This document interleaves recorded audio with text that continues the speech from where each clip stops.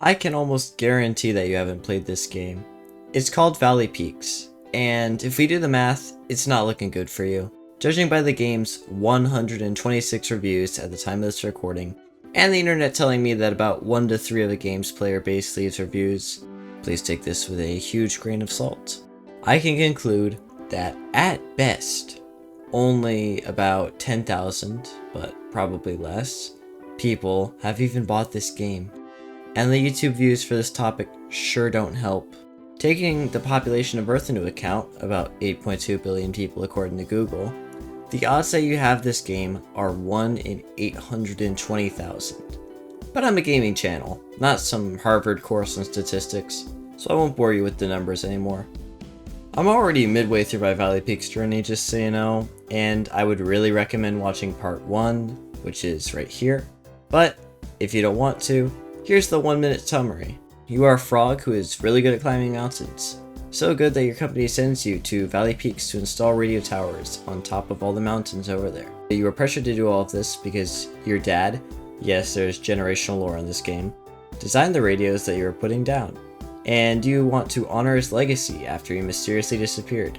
You end up doing this, all while dodging a lot of questionably legal mountain attachments along the way, but you get it done, putting the radios in all 10 peaks. When you do this, your company reveals that these radios are in place so that they can mine up all the resources in the mountains with space lasers.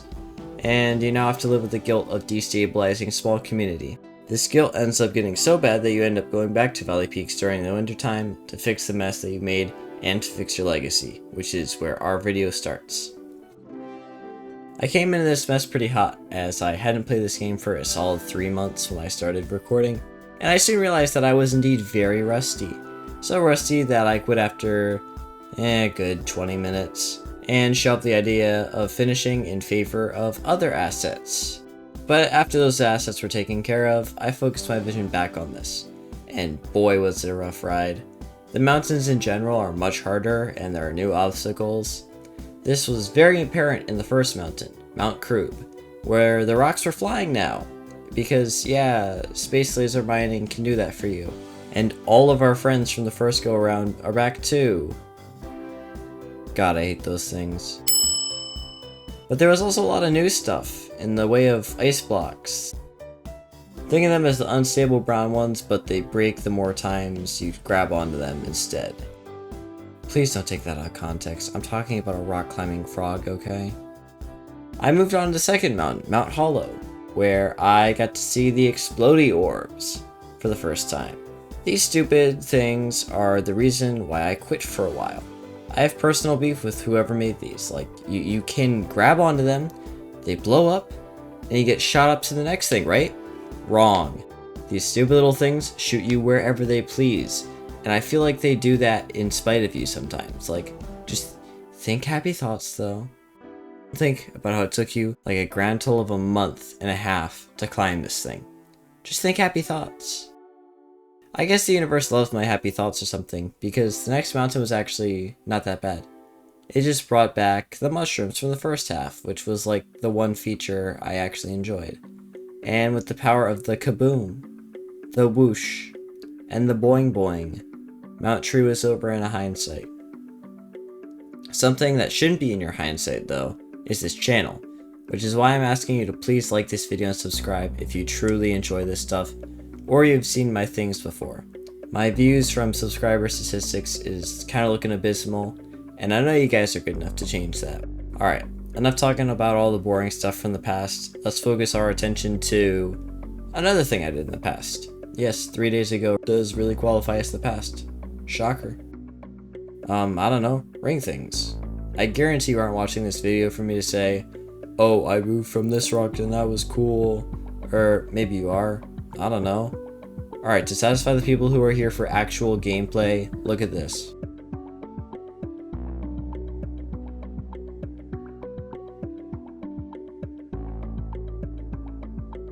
So cool. All of the gimmicks so far. Also, my company started making threats towards me at this point. So if I end up like a Boeing whistleblower, you know why.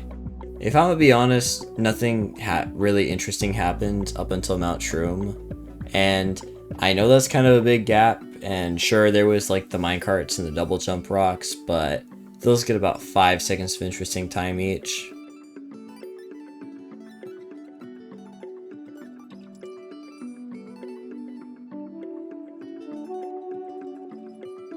Wow, so impressive.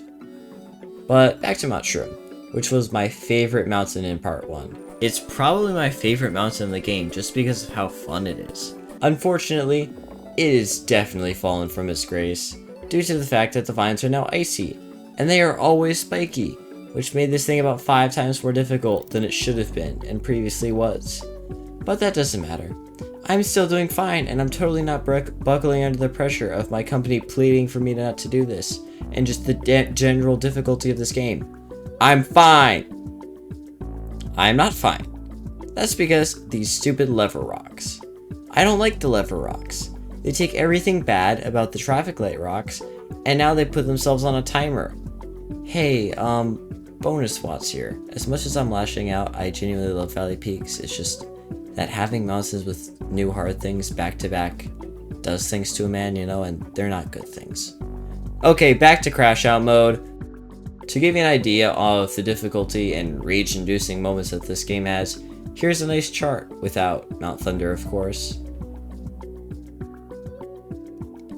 The fact that these new ones make up a majority of the difficulty of all the others should not be true. Yes, I know that there are more stars. Yes, I know that's how difficulty works. Be quiet. I'm having a moment here. But you might be asking what's making me so angry. It's this. It's these stupid explodey things. I hate the normal ones, but this makes me feel something, man. But at least I got some pretty good lore when I got to the top. You see, as I've been placing down and disrupting radios, I've been slowly getting some memories unlocked. This mountain unlocked the final one, so I figure now is about the right time to reveal the full lore of this game. To put it simply, my dad was a scientist who worked in Valley Peaks for my former company. While in Valley Peaks, I learned how to climb all the mountains, which is the reason my former company wanted me to finish my dad's work and install the radios in the first place.